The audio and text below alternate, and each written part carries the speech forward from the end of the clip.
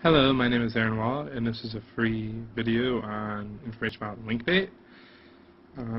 What Linkbait is often talked about as is like the word bait. It sounds like it's like kind of derogatory, but often Linkbait is just creating stuff that satisfies the desires and interests of prospective consumers in your market. And a lot of the mainstream news sources used to have regional-based monopolies, but that's kind of being melted away and torn down by the internet, which is requiring a lot of the media companies to be more aggressive at writing content worthy of readers, subscriptions, and citations. So when you look at the news, one of the top news stories on Google News right now say San Diego's Inferno, relief ahead. Then if you go, that's an article from Time with a great picture, and it talks about firefighters, blah, blah, blah, and you can, read about the story. Now, some people who are blogging or writing or independent webmasters kind of rewrite that same story and leave it at that, and no one ever talks about them, and they don't know why. The reason is you haven't added enough value to make people want to cite you and talk about your take on it.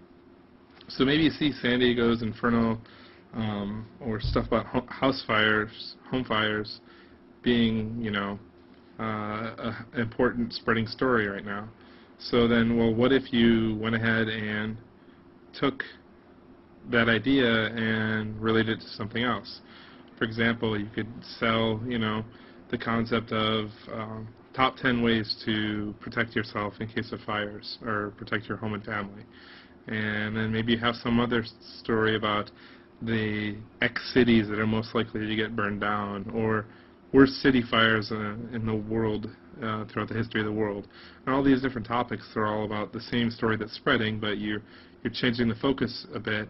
And realistically, it's hard to create new information, concepts, and ideas that are going to spread, but more likely it'll spread just because of the packaging and how you aggregate and collect stuff together.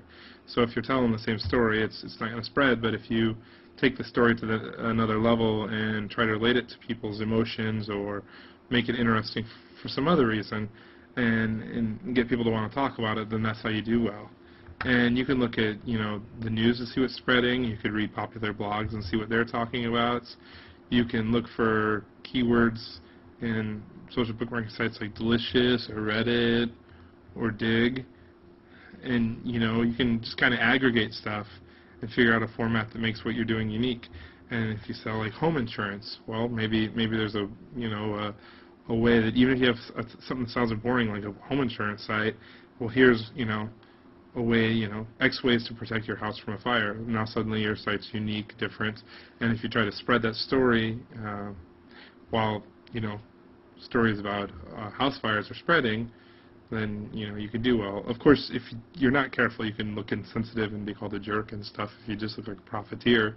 But if you actually add real value and care and take the time to format it well and have it well researched, then it stands a good chance to spread. Part of getting it to spread is using headlines at work, and you can go to Copyblogger to get a lot of good headlines. And one of his ones is warning, warning, your house may burn down unless you follow these X tips. Or you can use a lot of these different techniques that he offers, and they work really well. Headlines are a big deal because they cue people into an emotional response, into a mindset, and whatever resonance is there, that's what's going to get people to click through from wherever they are onto it. And then when you create your posts, it's good to have pictures in them and to dress them up, to use subheaders and use good formatting. You get them from sites like Flickr or iStockPhoto. There's a bunch of other photography sites too that are fairly affordable. But and let's say we go refresh the news page right now. So maybe the story changes. Beckett blows past Rockies in dominating World Series opener. And then when you see, it's Josh Beckett, and I think he was in another World Series years ago, and you could do some story about him comparing the two World Series he was in.